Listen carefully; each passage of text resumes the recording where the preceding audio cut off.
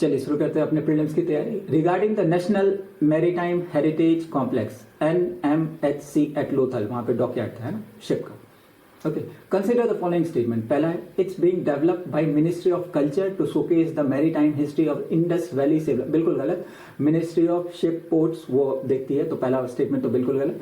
The project involve international collaboration with the national maritime museum Amsterdam. हाँ बिल्कुल सही।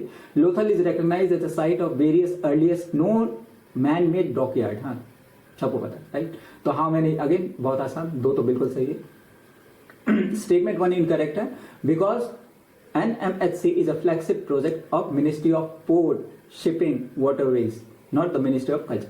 Statement 2 correct है, India has signed Memorandum of Understanding with Netherlands, है ना, कि वो cooperate करे, डिजाइन, क्यूरेशन किस तरह से इसको मेंटेन करना है, conservation, specifically involving the national maritime museum in Amsterdam. तो उनकी गुड आइडियाज को लेकर हम अपनी इस चीज को प्रिवेंट करते हैं। History needs to be protected, और इतने मॉन्यूमेंट्स है ना, नहीं तो आई लव वो करके तो पूरा कचरा कर देंगे, right.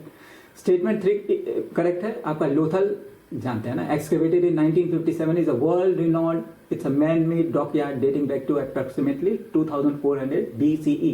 This dockyard is a marvel of ancient engineering showing evidence of tidal regulation to allow, क्योंकि अपने इंडिया क्यों एक it's geo strategic location is fabulous, like हमारे पास मॉनसून विंड्स है, राइट, और फायदा उठाया था पीछे जितने भी हमारे सिविलाइजेशन में, राइट।